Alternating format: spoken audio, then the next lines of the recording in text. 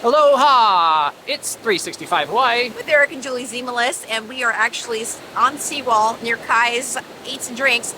And today we are going to be talking about the strange, unusual, and helpful things to know about Big Island and Kailua Kona. Yeah, so we got some good ones for you today. We kind of searched the internet and found out all kinds of interesting things, and a few that we pulled out from our own memory. Yeah, I was going to say, what the frick of the internet? We've been living here for 17 years. I think we know a few things. Yeah, so it was good. So we will fill you in. Yes, we will regale you with our incredible encyclopedic knowledge. Okay, so let's start with something that's a little weird and unusual here on Big Island, especially here in Kona. It is our weather pattern. Yes, and it's called the Kona Low. And what happens with the Kona Low is that normally all the storms start on the east side and they blow in and they come over towards the west. Not with the Kona Low. The Kona Low is exact opposite, so it always hits the sides that never see much weather, such as the Kona side, right? And we get it this way. Leeward side.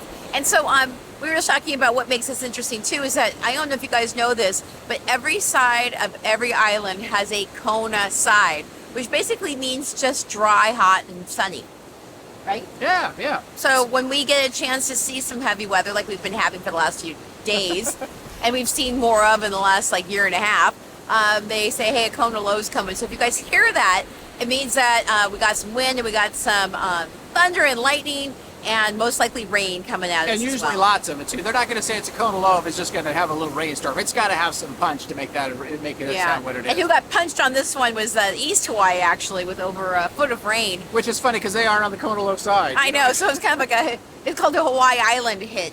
But that also goes back to one of the couple interesting things that show up on our island that don't show up anywhere else in Hawaii, is that these storms bring snow.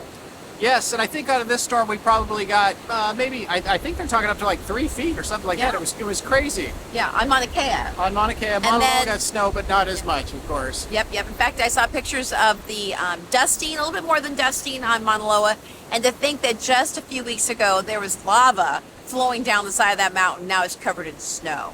I think that makes it a pretty interesting, unique experience there on this island. Okay, one of the things that we have here that's interesting and most places don't have is the Nene Geese. And they're kind of like Canadian geese, smaller but very stylish Canadian geese is what they are. So this is something that is definitely different and unusual and unique.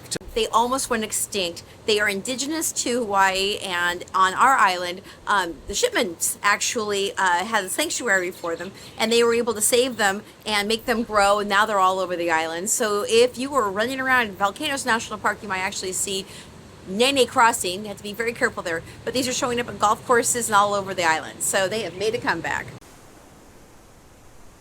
We don't have any high rises, and this goes back that they said, man, they didn't want to be like Oahu. They said that was just way too crazy with their 27 floors and all that kind of stuff. So they made it so the height of a palm tree is the highest a building can be, approximately 7 stories. So it works out pretty well, and that's why you don't see all those tall things around here. Did you know that King Kamehameha actually helped found Kailua Kona back in 1812? He had his residence here, and he knew that this was the bomb diggity of a place to hang out, because if you go over to the palace, one of the things that you will notice is that palace has been there for hundreds of years, and it's never gotten taken up by a tsunami or a hurricane or anything else. Kamehameha III was actually born in Keoho. And so they've had the Hulihee reigning here in this part of Kona for a very long time.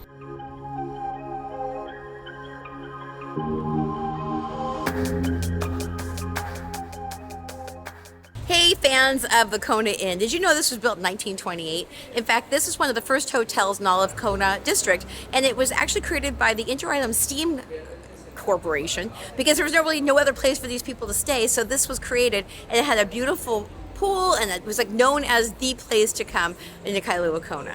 Okay, so I'm going to ask you guys, if you enjoy our content, if you could subscribe, it would help us out a lot. We really appreciate that. And if you want to even go a little farther, how about hit that notification bell so you'll be sure not to miss anything that happens with us. And with that, we say thank you. See that Kona Coffee shop behind me? They are all over Kona because we grow the best coffee in the world. Well, some people will tell you that. Did you know that back in the day, like in the 1800s, coffee was brought to this island, and our farmers were actually at the mercy of the world trade, and the prices would shift significantly. So when they actually started saying, you know what, we're doing a state-grown coffee, it was actually called Kona, they were able to stabilize their prices and bring a specialty food to this island, which has grown ever since. And if you want to learn more, obviously the Kona Coffee Festival, which is one of the largest coffee festivals in the world, is here in November every year. Okay, I'm going to give you guys all the facts I know about the Big Island, at least the physical facts in there, and see if you know more than me. I'm going to go for it here. Okay, first of all, the Big Island is taller than Mount Everest from the top of Mauna Kea all the way down to under the ocean where it starts. So it's over 29,000 feet, which is amazing. Second of all the other islands fit into the Big Island, which is also amazing. And the Big Island is about the same size as Connecticut. And we have 10 of the 14 climate zones as the other parts. So it's got a lot going on for it when you think about it. So one of the things that makes Big Island unique is that we have 5 volcanoes. So starting with the oldest one, which is Kohala, then it's Mauna Kea, across from that is Mauna Loa, and then next to that is Wallalai, and then Kilauea, which is actually the most active volcano in the world. Why do you think that people snorkel in Kona? Did you know that we don't have major rivers running into the ocean on our side of the island? So you will not see a lot of storm drain off unless we have storms. But other than that, we have a pretty pristine area around the entire west coast, and it becomes some of the clearest and cleanest water you can snorkel in the world. Okay, adding to what Julie had to say there's also interesting is that when the storms come in and the waves come in and we got the big surf, it churns up the water and it puts almost air bubbles in it, and the air makes everything look much bluer. So on big storm day, it's super light blue and it's amazing. And it probably goes out like 200 yards all the way down the shore with this water that almost looks like little champagne bubbles.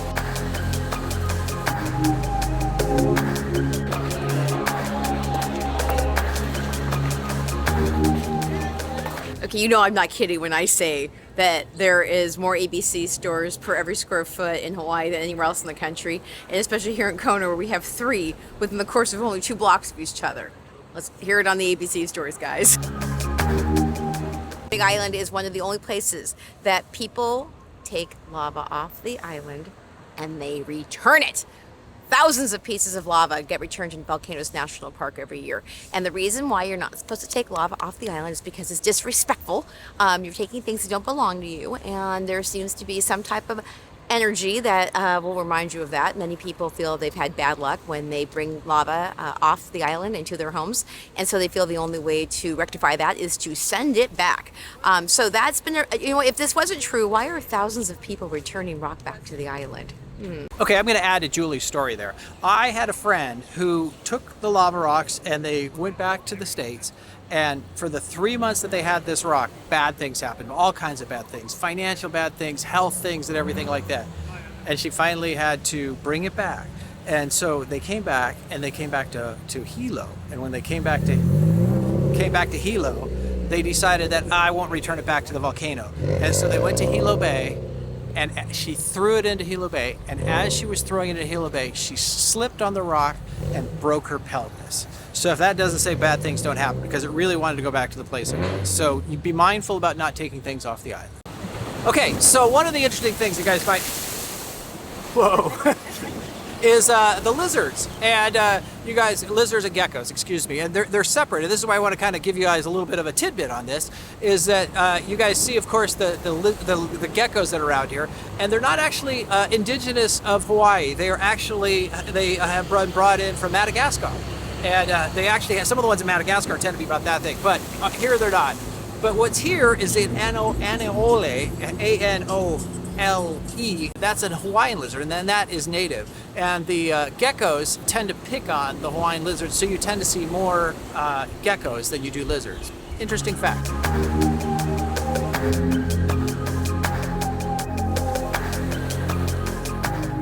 So you guys might be wondering what's going on with my face. It looks like a little bit like I kind of got beat up with a, I don't know, what would you even say that happened to it? Scrub thing.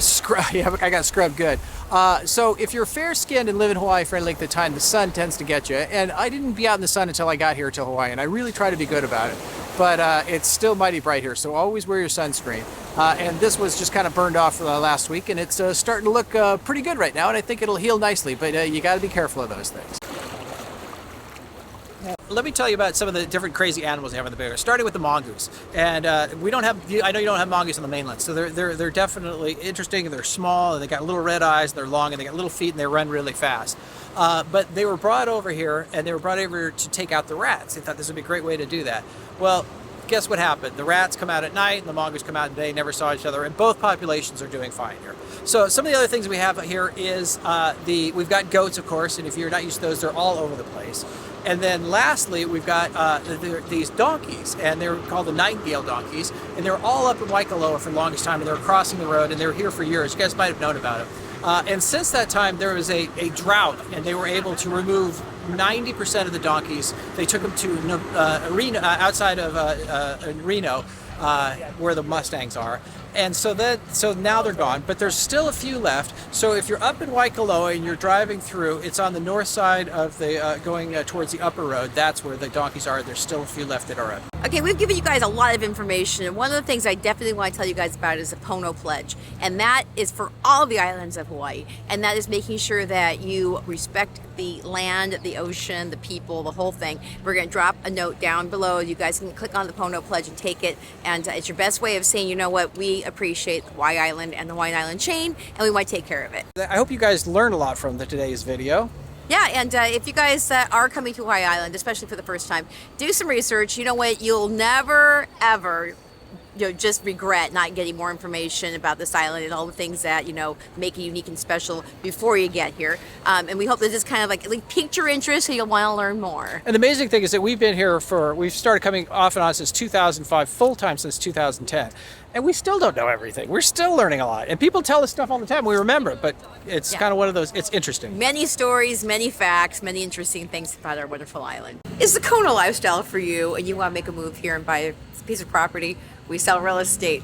Hey, if you want to learn more about how we can help you buy or sell your home, we have a whole YouTube channel. It's called 365 Hawaii Group Real Estate Minute. I'll put the link below, and it tells you about market trends. It tells you about all the things that happen here with real estate, and also we can get you into a group where we can talk about real estate in real life. So thank you very much, and 365 Hawaii Group with Keller Williams.